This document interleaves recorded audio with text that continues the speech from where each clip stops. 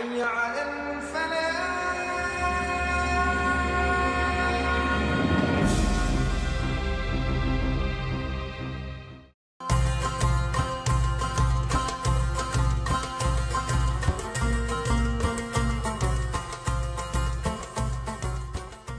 Assalamualaikum warahmatullahi wabarakatuh. Alhamdulillah.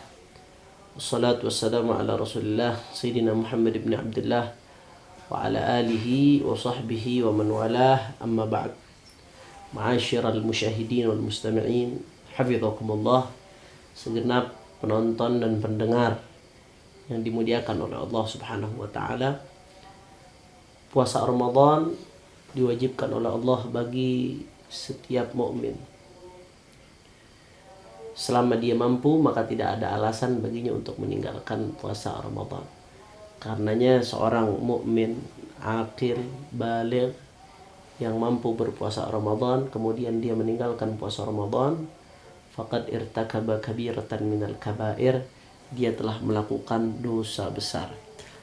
Bahkan dalam sebuah riwayat, na'udzubillah min dzalik, andai kata seseorang meninggalkan puasa Ramadan dengan sengaja, buka di siang hari puasa Ramadan dengan sengaja, maka pada hakikatnya kerugian yang dia dapatkan karena meninggalkan puasa Ramadan lam yaqdihi shaumud dahr, tidak akan pernah terbayar walaupun dia puasa seumur hidup. Na'udzubillah min dzalik.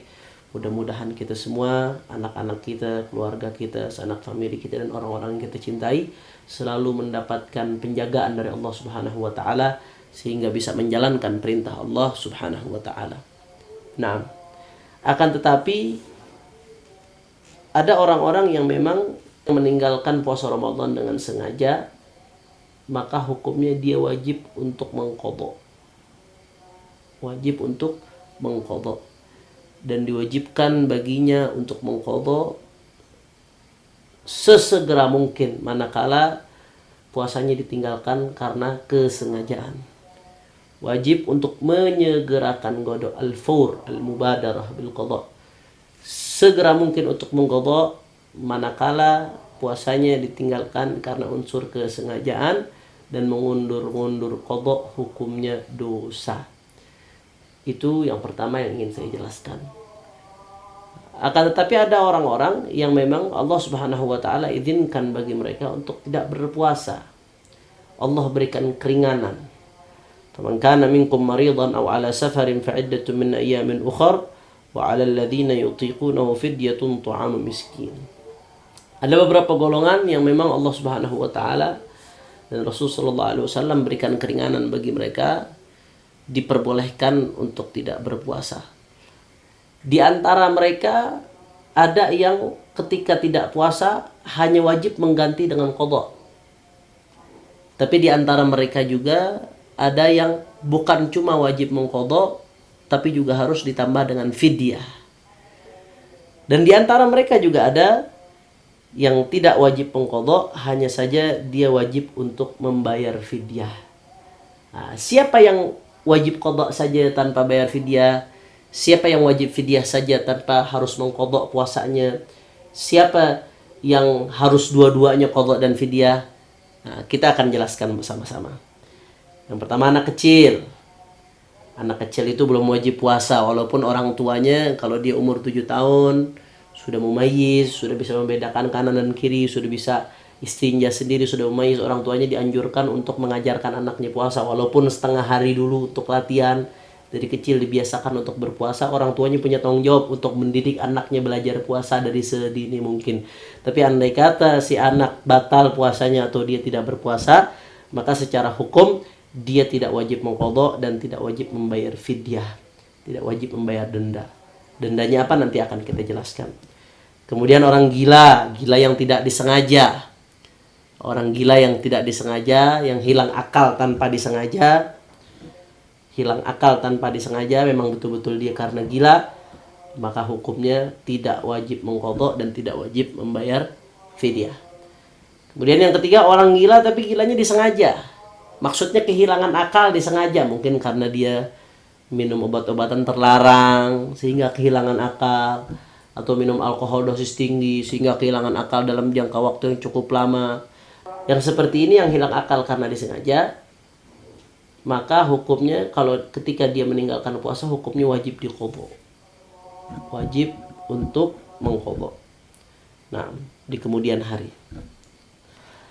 Kemudian sakit yang ada harapan sembuh. Orang yang sakit boleh untuk tidak puasa, manakala puasa itu bisa membuatnya berat. Cukup merasakan berat karena melakukan puasa ketika kondisinya sedang sakit, maka dia diperbolehkan untuk tidak berpuasa. Lalu apa yang harus dia lakukan? Yang harus dia lakukan adalah ketika sembuh nanti mengqadha. Nah, selanjutnya sakit yang tidak ada harapan sembuh. Misalkan sakit memang karena sudah tua, usia sudah lanjut, kemudian dia kena penyakit stroke atau penyakit lainnya yang dokter mengatakan di penyakit di usia seperti ini harapan sembuhnya kecil.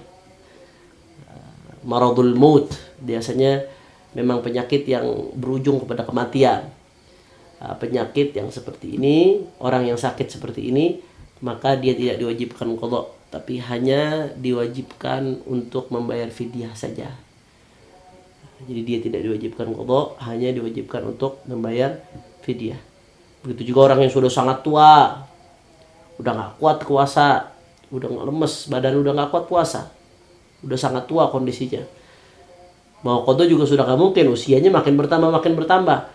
Maka yang seperti itu nggak wajib qadha, tapi wajib untuk membayar fidyah. Kemudian orang yang berpergian, musafir.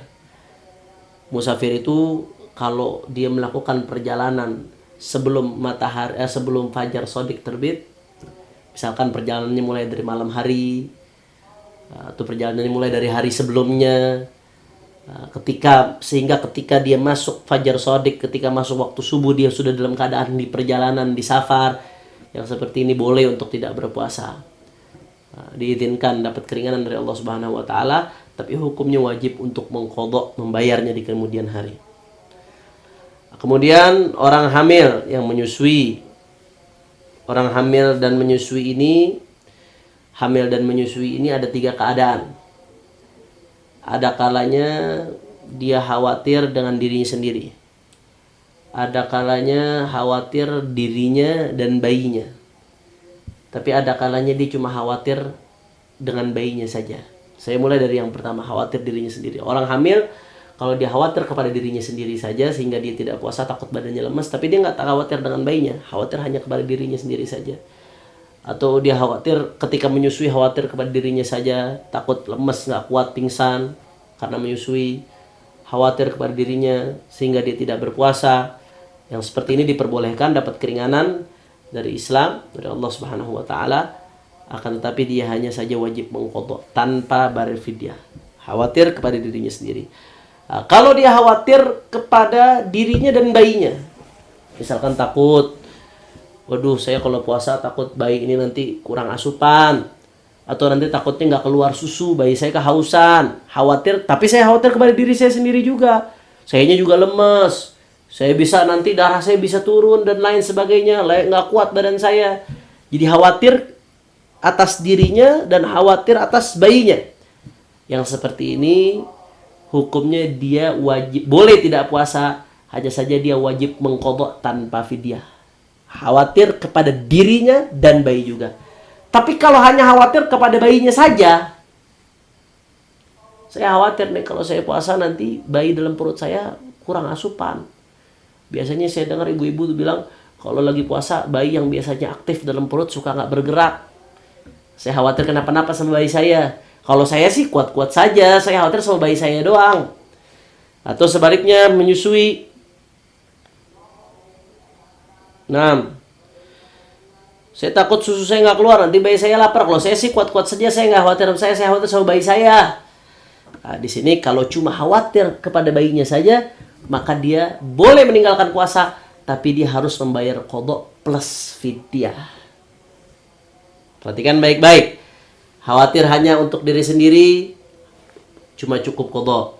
Khawatir diri sendiri dan bayi, cukup qadha. Tapi kalau khawatir untuk bayinya saja, dia harus qadha plus fidyah.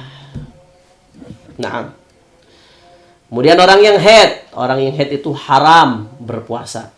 Bukan lagi nggak boleh berpuasa, tapi haram untuk berpuasa. Nah, maka orang yang haid itu harus mengqadha puasanya. Dicatat berapa hari haidnya, nanti qadha sesuai dengan jumlahnya di kemudian hari. Kemudian yang nifas. Yang nifas juga haram berpuasa dan dia harus mengqadha puasa yang ditinggalkan karena nifasnya. Nah, jadi ini penting untuk diperhatikan. Tadi mana yang qadha saja, mana yang fidyah saja, mana yang qadha dan fidyah, sehingga masalah ini menjelas. Fidyahnya apa, Beb? Dendanya apa yang mesti dibayar fidyahnya? Fidyahnya itu 6 on. Kalau orang Indonesia beras. Per hari 6 on beras diberikan kepada fakir miskin. Per hari 6 on beras diberikan kepada fakir miskin. Dan qadha ini, siapa orang yang punya kewajiban untuk mengqadha, dia wajib mengqadha sebelum datang Ramadan berikutnya. Kalau sampai datang Ramadan berikutnya belum mengqadha juga, maka ketika masuk Syawal berikutnya dia wajib mengqadha hutang puasa 2 tahun yang lalu plus fidyah, apapun alasannya. Tadi itu, yang tadi itu yang saya sebutkan tadi semuanya itu, dia wajib mengqadha plus fidyah. Misalkan contoh, Tuti meninggalkan puasa di Ramadan 1439 Hijriah 7 hari karena haid. Karena haid dia nggak puasa 7 hari. Maka dia punya kewajiban untuk mengqadha. Nah, dia harus mengqadha sebelum Ramadan berikutnya datang. Kalau sampai Ramadan berikutnya datang tapi dia belum mengqadha juga, maka dia mengqadha setelah Ramadan itu, setelah Ramadan 1340 Hijriah. Tapi dia mengqadha per hari plus fidyah. Jadi kalau 7 hari itu per harinya plus fidyah 6 on beras. Berarti 6 kali 7 nanti itu. Dia puasa 7 hari, kemudian per harinya bayar fidyah 6 on. 6 on kali 7 hari. Tinggal dihitung saja nanti. Jadi siapa yang punya hutang puasa wajib mengqadha sebelum datang Ramadan berikutnya, dan ini menjadi tanggung jawab kita di hadapan Allah Subhanahu wa taala. Barang siapa yang belum mengqadha sampai datang Ramadan berikutnya, maka puasa yang 2 tahun lalu dia wajib qadha plus fidyah, meskipun pada asalnya dia tidak wajib fidyah. Nah, mudah-mudahan yang sedikit ini bisa pahami dengan teliti, jangan sampai salah paham. Mudah-mudahan bermanfaat. Assalamualaikum warahmatullahi wabarakatuh.